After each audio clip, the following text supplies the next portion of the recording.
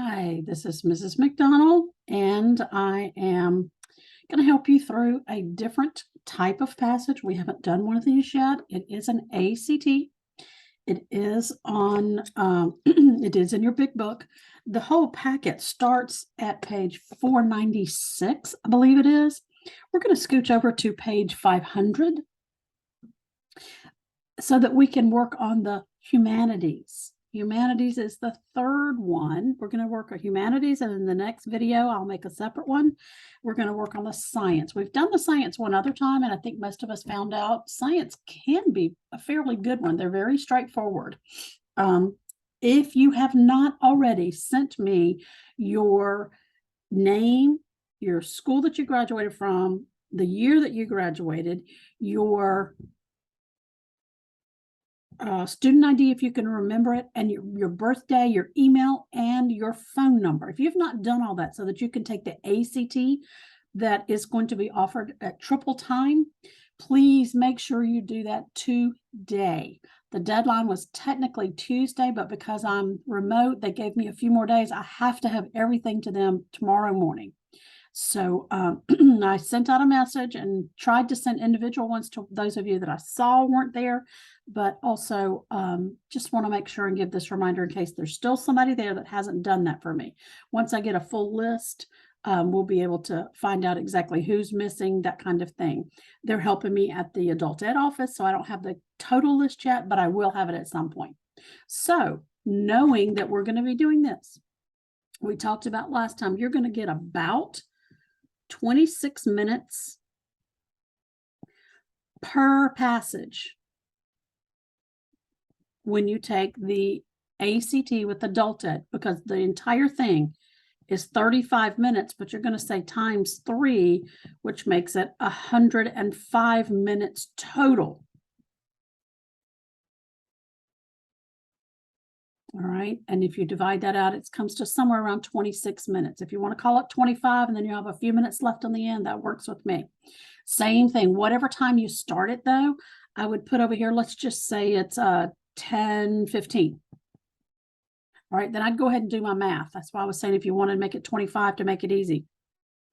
All right. So that would be at 15 would make it 30. And then you'd have 10 more. So at 10:40. I know I need to be finished. That is probably a very good tool for you to help keep you on track. Probably one of the first things you want to do. Next thing is you're going to pay attention to your humanities, what type of passage this is. All right, I'm having a little eye issue, contact issue. My son is bringing me some more, but the ones I have are not that great. So I'm going to have to be really close so I can read all this today. So you don't see me, but I promise I am here. You probably don't want to see me anyway. I've had about now maybe 4 hours sleep in about 3 days. So I'm looking kind of rough, but thank you for your patience. All right, let's see, let me make it a little bit bigger. All right, so the very first thing I'm going to do is I'm going to read the introduction. When I do that, and I just marked it, look what I noticed. This is a passage A, and then I look down and I say, oh, over here it says passage B. Okay. I didn't even realize this one was this way, but it's great because we're going to work through that. The passage A and the passage D ones, they are having those more often than ever. It matches up with the SAT that does the same, the same thing. I personally am tending to like those more and more all the time. The first, let's say 3 or 4 questions are going to be about passage number 1. Then passage number 2 is going to be about the next, let's say 3 or 4 are going to be about passage 2. And then you're going to have somewhere that has, let's say the combination. I'm sorry, I'm definitely tired. I'm not thinking straight. Combination ones, the ones where you're comparing and contrasting the 2 articles. You have 2 or 3 questions about that. So we know we're going to stick with passage 1 until we finish it. Then we're going to go do passage 2 until we finish it. And then we're going to do the ones that compare and contrast. Until we've read it and feel like we kind of know what's going on, we don't need to worry about those. And we don't need to worry about 2 until we're finished with 1. So I'm glad we have this kind. We're going to start there. If it says in here about passage B, I'm going to stop reading. Like I notice it says, passage A is adapted from an essay, The Truth in Personal Narrative. All right, by Vivian Gormick. Remember, I want you to underline names, dates, and places. It also says 2008. We've talked about that before. It may seem ancient to you, but that's actually pretty current. So we're going to go with that. It's current. From the University of Iowa. Might need to know that. Life is different in Iowa than it is in Florida. That might help us get a question. I noticed the next thing says passage B. So I stop right there. I'm not going to read about passage B. All I want to know is about the truth in personal narrative. And it's by Vivian Gomick. I guess that's how you say her name today. That's what she's going to be called. All right. So then I look at passage A by Vivian Gomick, same name. I know I'm going to read the first one because it's not very long. So let's just go. Once in Texas, I gave a reading from my memoir, Fierce Attachments. I might need to know that. She wrote a book. Memoir means I'm writing about things I went through in my life.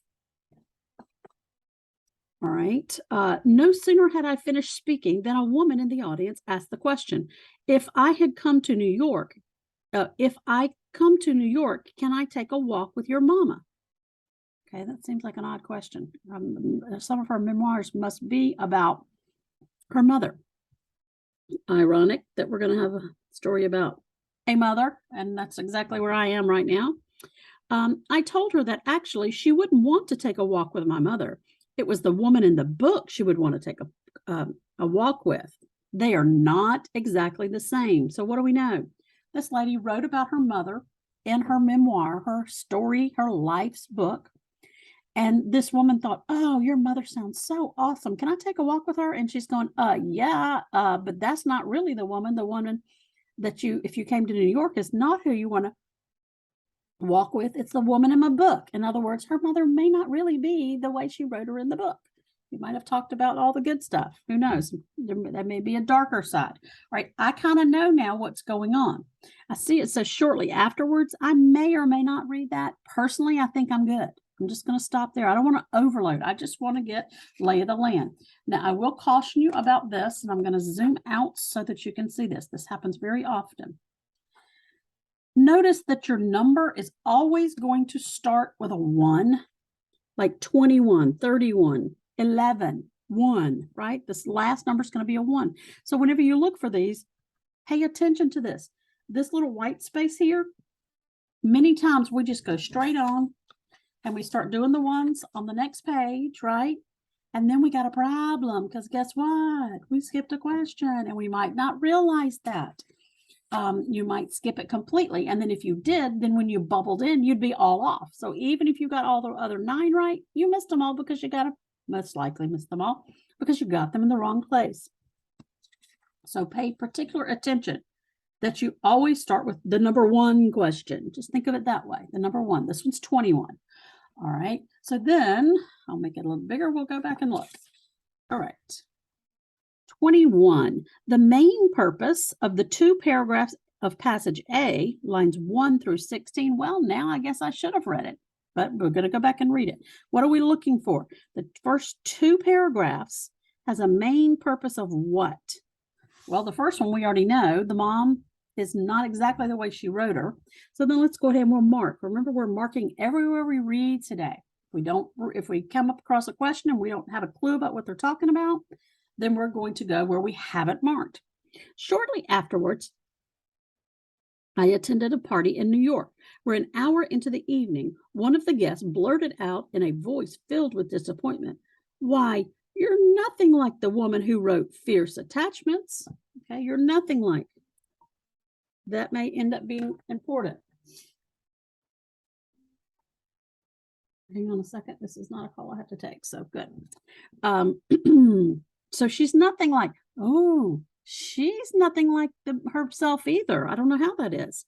But Fierce, she's talking about her book, her memoir, her book about her life. At the end of the evening, she cocked her head at me and said, "Well, you're something like her." Okay, well, maybe the lady found something like her. I understood perfectly. She had come expecting to have dinner with the narrator of a book, not with me. Again, not exactly the same. So maybe it's not exactly the same. What you read is not exactly what you may get, right? That's what I get from that. What's the main idea? What is this mostly about? Is it that the lady went to a party? No. Now I have not looked at those questions, those answer choices down there, because I just didn't. I didn't see that we needed to at this time. I just started. You could have. Is it to establish? Is it to introduce? Is it to illustrate or is it to suggest? I don't know those. But what I know from my reading is it's not always what you see. That's what it is. Remember, main idea can never be a detail. If you just remember that one thing, you can answer even sometimes without reading the passage. All right, it says the main idea of paragraph, the first two paragraphs, is to establish the popularity of Gormick's book by indicating that people wanted to meet her after reading the book. Was that what we heard? Is that the main thing that we heard? No. And we don't know that people wanted to meet her. This woman did. That would be jumping to conclusions. So for that reason, I don't like that one. Number one, it's not a detail. And number two, that's not really what we know. People is not one person, right? To introduce the idea that the characters in Gormick's memoir are not exactly like their real life counterparts. Is that what we just said? Not exactly like their real life counterparts. Okay, they're not exactly like you read. Okay, maybe. I don't know if it's the answer, but I know. Sorry. It is what I said, so I'm going to keep it. To illustrate Gormick's frustration with some of her readers. Is she frustrated?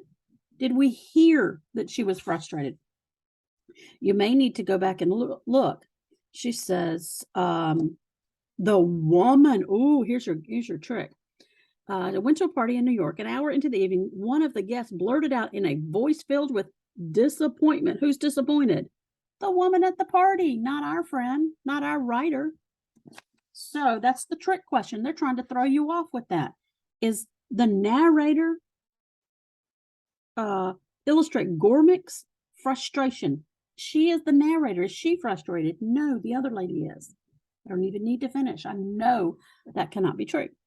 Okay, D. Suggest that Gormick's memoir should have been classified as fiction, not nonfiction. Is she meaning she made up the book? Is that what we really heard? We don't know that yet, but that's not exactly what it sounds like to me. It sounds like maybe she pulled a social media thing. She made everything sound perfect and hunky-dory and all great and wonderful and didn't talk about the dirty clothes on the floor, her mother coming to pick her up late, da-da-da. I don't know what it is yet, but I didn't hear this. And I definitely heard that. So I'm going to go with B. I put my big old check. Then I move on. I printed mine out so I could do this in flat paper. So let's go on to number 2. Make sure you can see it. Or 22.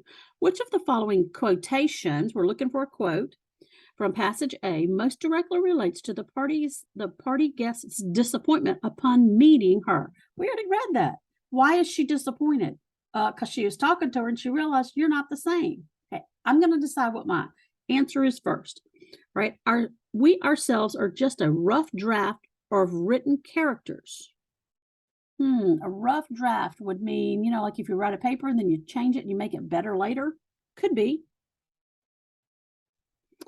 I had become my mother. Did we hear anything about her becoming her mother? We did not hear that.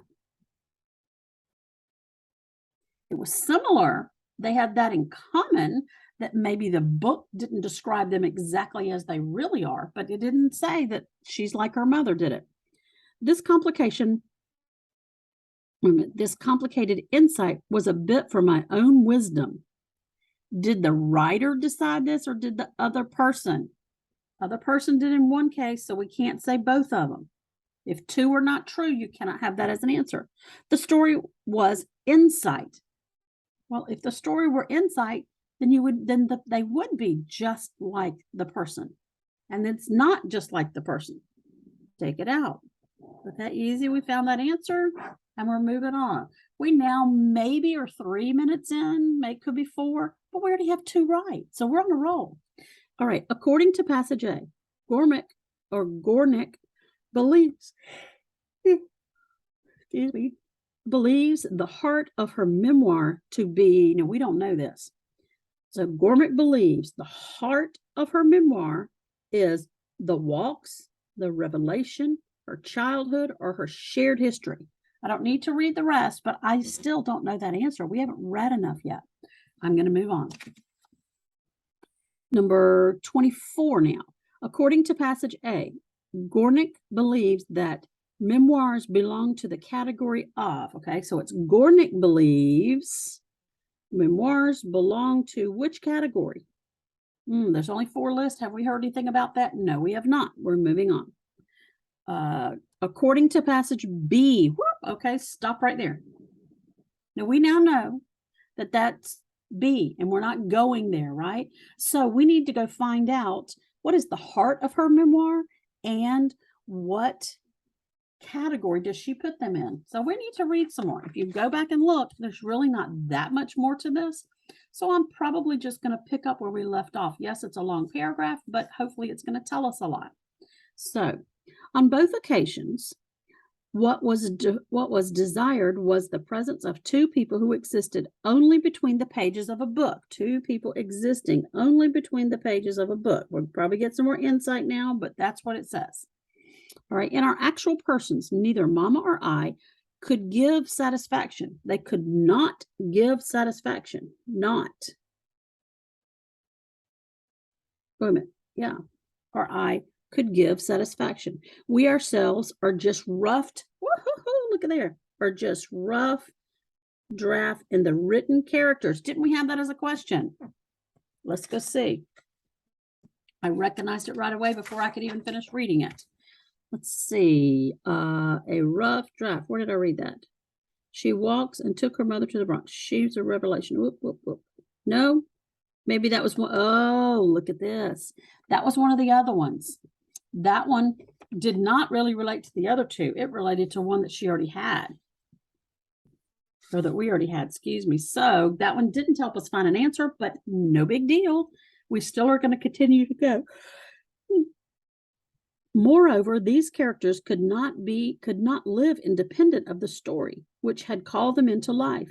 As they existed for the sole purpose of serving that story in the flesh, neither Mama nor I were serving anything but antiseptic spill of everyday thought and feeling that routinely floods us all, only a select part of which is the case. Invoked the principles of the tale of psychological embroilment that had its protagonist neither me nor my mother. Okay, Well, you're probably going to say, what? Right? Did I hear anything about how she feels about memoirs? That's what I'm looking for. No, so I'm not going to stress over whether I understood that or not. It was a lot of gobbledygook, okay? It sounds like we don't need that. We might go back to it if we need to, but right now it's okay. That didn't answer our questions.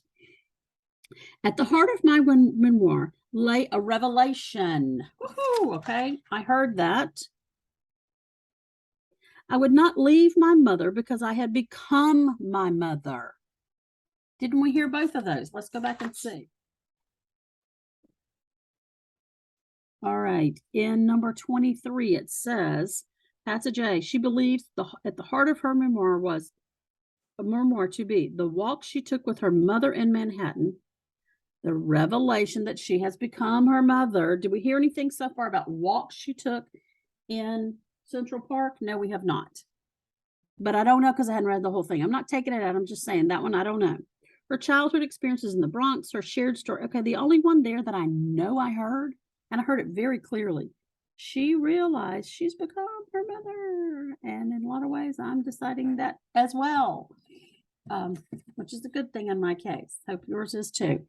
Then we go to number 24. According to the passage, she believes that memoirs are what kind of writing? We haven't heard that yet. So let's go back. Continue reading. I had become my mother. This complicated insight was a bit was my bit of wisdom. The history I wanted so badly to trace out. The context of this book is set our life in the Bronx in the 50s, alternating with walks given. Okay, all of those were heard, but that's not why, right? That's that last question. We already decided that one. Alternating with walks taken in Manhattan in the 1980s was the situation. This story was the insight. What mattered most to me was not the literalness of the situation, but the emotional truth of the story. What actually happened was only raw material. What matters is what the memoirist makes of what happened.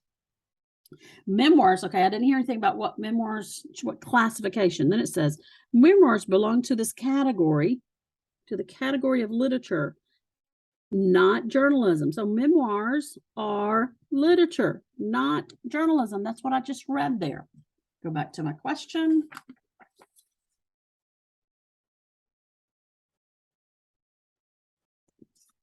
Literature, right? Yeah, capture literature. Oh, okay. So it doesn't have the word literature, but we're going to have to decide which is literature. Journalism, just said not journalism. It does have the word. I glanced over it. Personal diaries, maybe. Historical narratives, no. Literature, it said it's literature. Boom. All right, we've now finished with passage A. So now we're going to go back and pretend that we're starting from scratch and we're going to read about passage B. Don't forget, you've got to go back into your introduction because we didn't even read that. Excuse me. I apologize for the yawning. I'm going to get a nap after I make these videos. So passage B is adapted from the article Fact and Fiction by, In a Movable Feast by Jacqueline Travelmere. Somebody, I don't know. Remember, I'm not stressing over that. That's in 1984 by the Hemingway Review. Okay, so this is a little bit older. That's okay. We know it's going to be something maybe similar, something about fact and fiction. All right, passage B. Now I'm going to read. Remember, I'm going to read at least the first paragraph because this one's not incredibly long. The dividing line between fiction and autobiography is often a very fine line, a shaky one. And Ernest Hemingway's autobiography of the artist as a young man is case in point. As nearly all readers know, Hemingway's fiction contains numerous autobiographical. What does this word mean? Things he wrote about his own self. Auto means about yourself. You do it yourself. It is yourself. And biography means means life. And graphy means write. Autobiography, writing a story or a book about yourself. And his protagonists are often conscious projections and explorations of the self. At the same time, Hemingway's openly autobiographical writings, Green Hills of Africa and A Movable Feast, are barely more than autobiographical than his fiction, and in many ways, just as fiction, okay? It's his fiction, just as fiction is. He's making it up, and maybe that's what fiction does too, right? All right. I don't have a lot of answers there, but it's saying, hey, Hemingway wrote about things, and we don't know if that was real or not. So remember, I drew my line here so I could separate the two. Go back to them. 25. According to B, passage B, the protagonist is Hemingway's in Hemingway's fiction are, now we heard about that, composites or based on something or projections are completely made up. All right. I'm not real sure, but I know I read about that. So why don't I read it while I'm fresh? What number are we on? 25. Okay. Let me see. At the same time, Hemingway's openly autobiographical writings. Our question is the protagonist. Where did I read protagonist?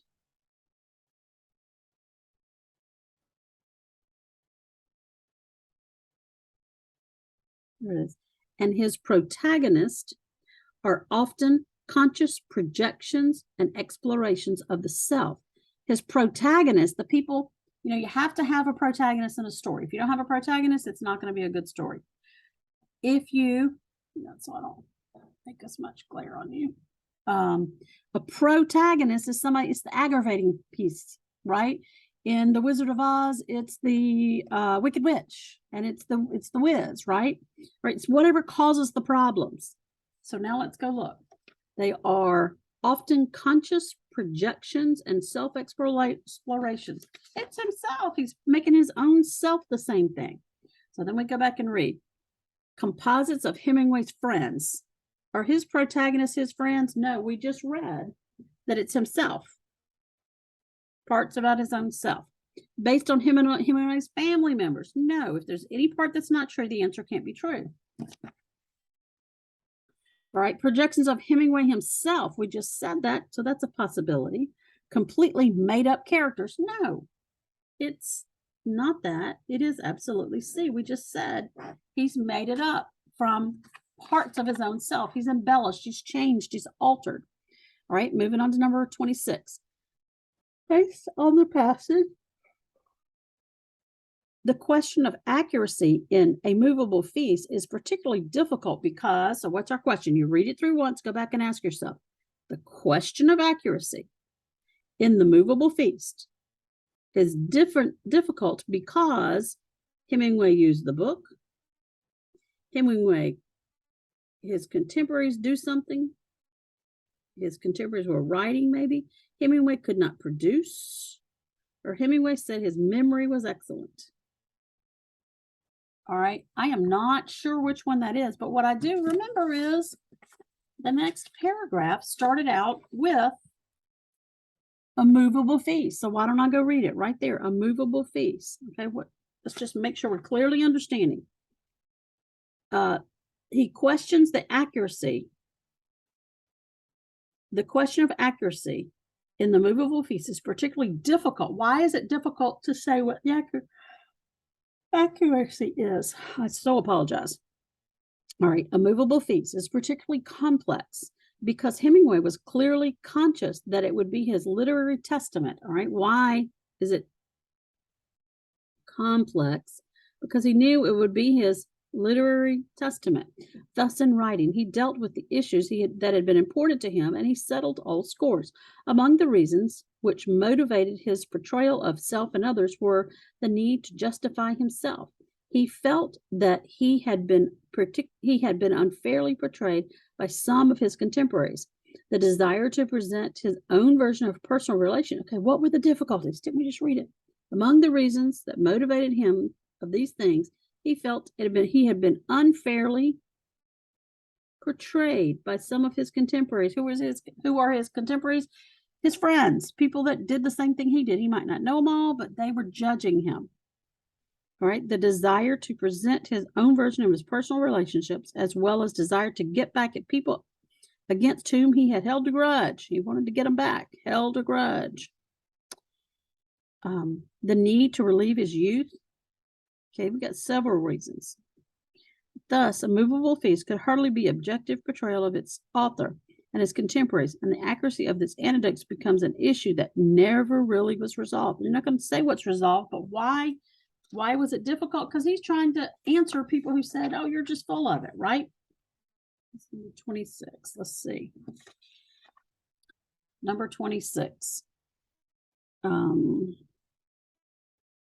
If they question the accuracy, why? Hemingway used the book to create a particular portrait of himself and his contemporaries. Maybe. Did he use the book to talk about himself? Yes. Did he do it to talk about his contemporaries? Maybe if he talked about his life. I'm not sure. I don't think anything's wrong. Let's leave it there. Don't know that I love it, but it's not wrong. Hemingway's contemporaries were writing conflicting memoirs at the same time. Were they writing different things? No, they were saying he's full of it. That's not you. It's not what needs to happen. I like a little bit better for you. Trying not to make the shadows and the glare. All right, so I don't think I don't think it's G, because we didn't hear about them writing a book. Hemingway could not produce any documents to support his stories. Well, if they ask him, where's your proof? That could be. We didn't hear it, but it could be. Hemingway said his memory was excellent, but others doubted it. Okay, we're not talking about his memories. We're talking about what made this book hard? Well, because people didn't believe him, right? He could not produce any documents to support his stories. Is that what the problem was? He didn't have any documents? No. Hemingway used the book to create a particular portrait of himself and his contemporaries. Well, yeah, I think that's it. Yes, it is. All right, it's that one, because the others are just wrong. I didn't love it in the beginning, but the other ones don't match. Many times you're just going to have to go with it. Whatever you don't think can't be true, that's the one you're going to pick. So let's go to 27. Which of the following statements best expresses the opinion of the author of passage B? That passage B seems to have about a movable feast, okay? Passage B best expresses the opinion. Okay, what do we think the opinion is? Hemingway didn't write about himself very well, and people questioned him. I kind of hear some of that. Let's see. Look at our choices. It stands alongside Hemingway's fiction as one of his best works. Have we heard that his autobiography is his best work? No, but we haven't not heard it either. Let's just leave it. It is a complex example of a book that combines fact and fiction. We know it has fact and we know it has fiction. He embellished some of his stories. That's definitely a possibility. It produces an accurate look at a specific time in Hemingway's life. No, that was the whole question. Is because it wasn't maybe as accurate as it could be. It should be read with other books from the same time period. That has nothing to do with what we're talking about. That's your throwaway. All right, now let's go back. What are we looking for? Express the opinion of the author. What would the author think? That passage B stands alongside Hemingway's fiction as one of his best works. Have we heard that this is his best work? No, it probably isn't. Everybody knows lots of other things by him, not that. So let's read and see if we like B. It is a complex example. Yes, it says it was complex the very first line of a book that combines fact and fiction. Absolutely. Now, after rereading it, and we're moving on. 28. Based on the passages, Gornick, okay, these are the ones about both, right? And let's see that. Gornick and Hemingway's approaches to writing their memoirs are similar in that both writers put real characters into wholly fictional situations. We know they put real characters because they put themselves. All right. Now, did they put fictional situations? No, they took their own life and just changed it a bit. When it says wholly, that means absolutely all of it. That one word makes me not like that one. Wanted to portray themselves in a flattering way. That could be true. They don't want anybody to know you're trash. They don't want to know your dirty laundry, so to speak. All right. They were motivated to settle old scores and present their own versions of personal friendships.